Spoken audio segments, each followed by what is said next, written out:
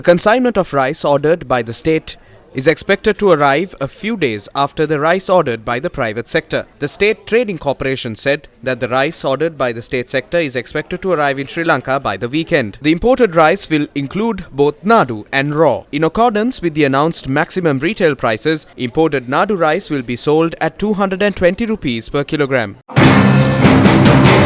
What is the current situation in the market? An agreement was reached during a recent meeting with the president and rice mill owners to release rice to the market at a maximum retail price effective yesterday. As per this agreement, the price of Nadu rice is set at 230 rupees per kilogram. White raw rice will be sold at 220 rupees per kilogram. The price of imported Nadu rice has been set at 220 rupees per kilogram. A maximum retail price of 240 rupees per kilogram has been set for Samba rice.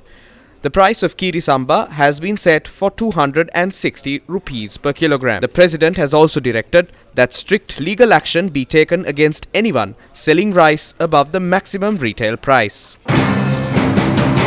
However, consumers claim that rice remains unavailable at the controlled prices in the market today. In some areas, rice was unavailable. හාල් හැමතැනම බැලුවා හාල් කොහෙවත් නැහැ නාඩු ඇත්තෙම නැහැ එක කඩේක නාඩු තියෙනවා 250ක් වෙනවා හාල් බලන්න නැහැ හාල් ගන්න විදිය නෑ හාල් නැහනේ අතසේ එක જાතියක්වත් නැහැ කැකුළුත් නැහැ රුදුත් නැහැ දැන් පාලන මිල දැම්ම නම් ඊයේ දැම්ම නම් අද පාලන මිලට හාල් දෙන්න ඕනි. This is the stance of traders. අද 240 තමයි එන්නේ. සුදු කකුළු 225යි, සම්බා 245යි 50යි එහෙම තමයි එන්නේ දැනට. අද වයිලා තියෙන 255 ගත නාඩු තමයි ළඟ තියෙන්නේ. නමුත් අද දෙන්න වෙලා තියෙන 230ට. ඒතකොට රුපියල් 25ක් කිලෝ එකකට පාඩු. The Maradagamula Rice Producers Association said that it is unable to supply rice at the controlled prices as it has already purchased at higher rates. We purchased rice at approximately 156 rupees per kilogram.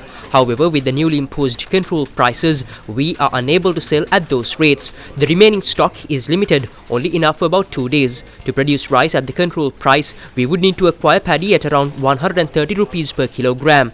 I don't believe we will be able to resume production until the current stock is sold and new supplies are received, as those holding rice stocks have not lowered their prices. However, the Consumer Affairs Authority carried out inspections at all rice mills in Maradagamula this evening.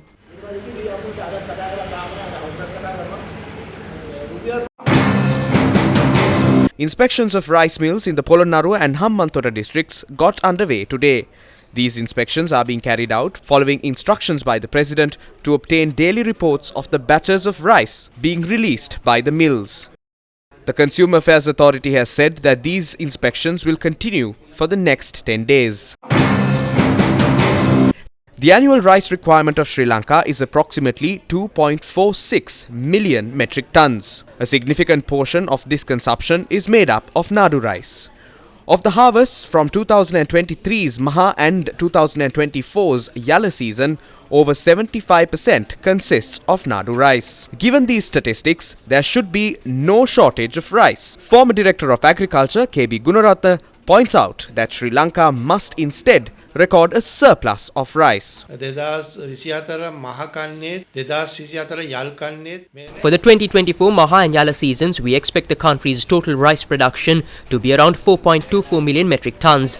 After processing, this should give us about 2.88 million metric tons of rice. With the annual consumption requirement being about 2.4 million metric tons, this level of production would leave us with a surplus of over 420,000 metric tons. However, as of now, around 40% of this stock has not reached the market.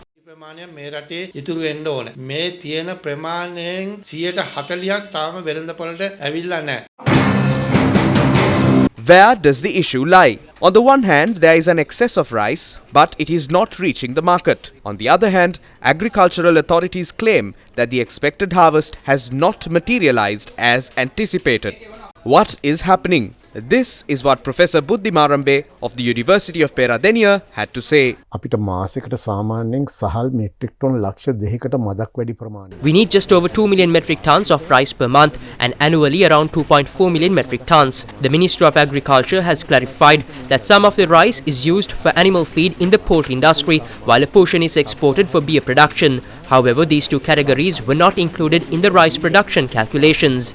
වී යම් ප්‍රමාණයක් අපෙන් මෙතනින් එහාට යනවා. අන්න ඒ කාණ්ඩ දෙක මේ ගන්නේ කිරිම ඇතුළට ඇතුළත් කළා නැහැ. So, why are the quantities of rice used for beer production and animal feed excluded from the Agricultural Authority's calculations? Lanka ආහාර සුරක්ෂතා අමාත්‍යාංශයෙන් ගැසට් නිවේදනය The Ministry of Trade and Food Security issued a gazette notification prohibiting the use of rice for beer production or animal feed. This is why it hasn't been factored into the agricultural calculations. When a state institution issues such a gazette, the Ministry of Agriculture cannot include it in their figures. However, from a practical perspective, there are several shortcomings in the current calculations. තියෙන අපි නිවැරදිව වටහා ගත යුතු.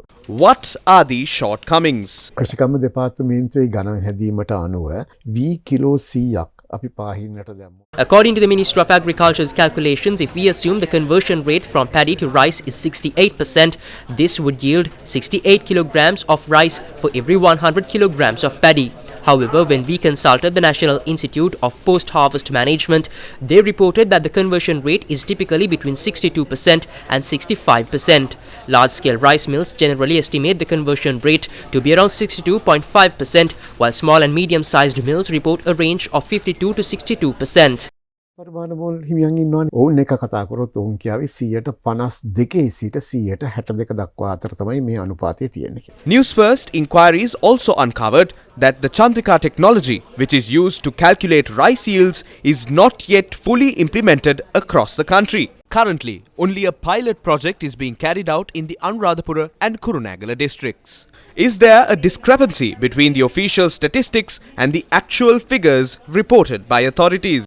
අපි සාමාන්‍යයෙන් V metric ton We have harvested around 4.6 million metric tons of paddy. If we apply the conversion rate of 68%, we would expect this to yield approximately 3.3 million metric tons of rice, slightly exceeding the usual amount. However, the mathematical model used here does not align with the practical reality, as we have seen consistently over the past few years, especially this year. The inconsistencies and variability in these calculations have significant implications. When we look at the sector, it is clear that not only consumers but also politicians are left in a difficult position, uncertain of how to make decisions due to the unreliable data. අසරණ වෙනවා. Is there really a shortage of rice? Experts suggest that this year's paddy harvest has been approximately 6% lower than usual. They highlight that the current situation is due to decisions made by each government during times of floods, drought, and changes in administration. Has this situation only emerged this year? The issue of rice prices is not new. It has surfaced several times in previous years. For example, a similar crisis occurred in December 2019. In response to this, the government at the time set the price of Samba and Nadu rice at 98 rupees per kilogram and issued Extraordinary Gazette Notification number 2154/19 on Thursday, the 19th of December 2019. However, just a few months later, on the 10th of April 2020, the government issued another Gazette Notification number 2170/7 reducing the rice price. At the time, the government assured that rice mill owners would not increase prices further. Yet, within 2 months, on the 28th of May 2020, the government revoked the previous notification and issued Gazette Notification number 2177/9, raising the price of rice again. Despite these price hikes, rice mill owners began selling rice in the market at prices even higher than the newly set government rates.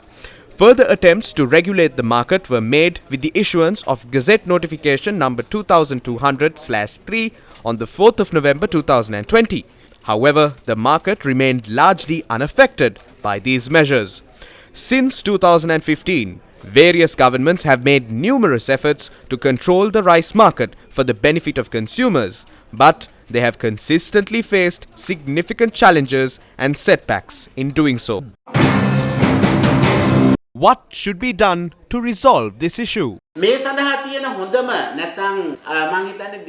In order to address the issue, a practical solution would be to implement a QR system for rice transactions. This would allow any buyer to purchase rice directly at any time after it is produced. QR system එකක් ඔස්සේ දත්ත පද්ධතියක් දියුණු කර ගැනීම.